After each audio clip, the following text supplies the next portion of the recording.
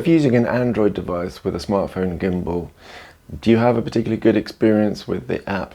Because in my experience, with my Samsung, for example, I'm limited to 30 frames per second.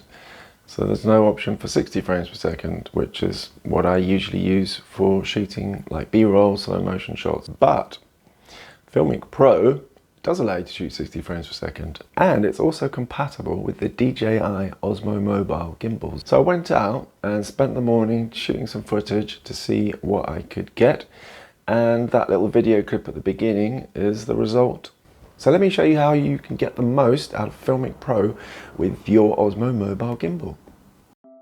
So here's how you get set up. Mount your phone, switch on the gimbal, and open FiLMiC Pro. Now open Settings and go to Hardware. Find the Osmo Mobile toggle switch and switch it on. FiLMiC Pro will now find the gimbal and connect. In my experience, it's that simple. Bear in mind, FiLMiC Pro cannot change the mode of the gimbal, so you need to use the Mimo app to do that. For this shoot, I left it in follow mode, which means the gimbal pans and tilts according to my movements.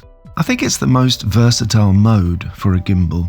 Next, I set FiLMiC Pro to 60 frames per second and 4K using the FiLMiC quality bitrate setting. And I use this for every shot. And I also took my trusty monopod. I use this for quite a few shots, and it allows me to do those high shots, low shots of feet or the ground, as well as getting these shots of myself. And you get quite a good distance. With FiLMiC Pro connected, you can control certain things in FiLMiC Pro from the gimbal. The zoom rocker on the left of the handle now switches FiLMiC Pro through a few modes. You just flip it up and down to navigate the modes.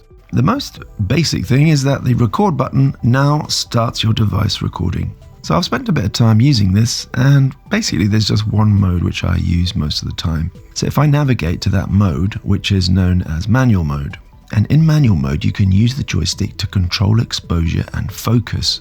In bright conditions, you want your ISO to be right at the bottom. So in FiLMiC Pro, I pulled ISO right down and then locked it so it turns red.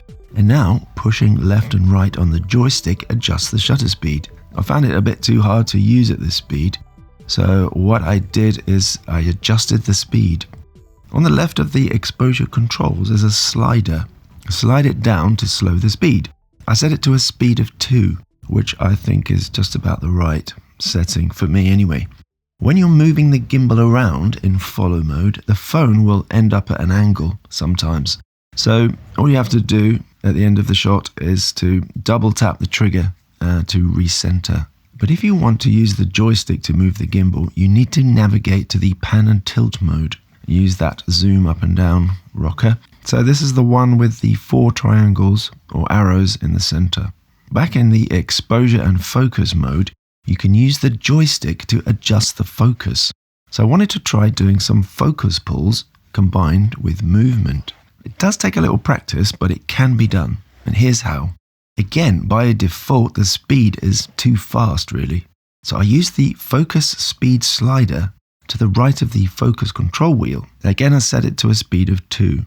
In this shot, I wanted to have the camera rise upwards whilst simultaneously shifting the focus from the foreground to the background. So get the camera in the first position, set focus on the foreground, start recording with the record button. And as you move the gimbal upwards with your hand, push on the joystick to move the focal distance to the background.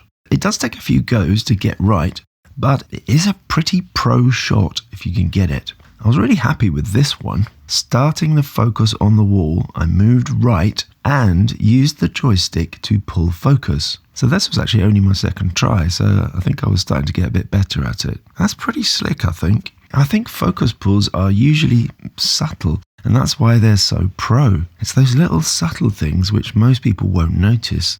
It doesn't jump out at you like some flashy transition, but they do add this extra professional quality to the video.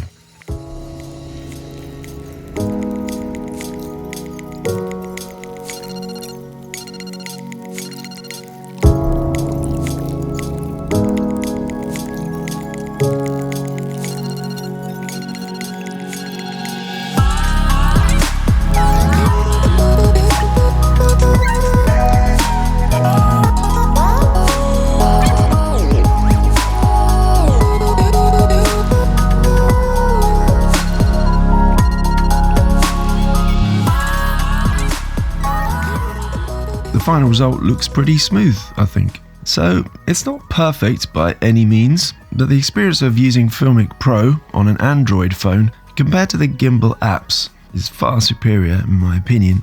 So I think this is actually quite a good solution. What do you think? Let us know in the comments. And so that's it for this video. I hope you found it useful, and I'll see you in the next video.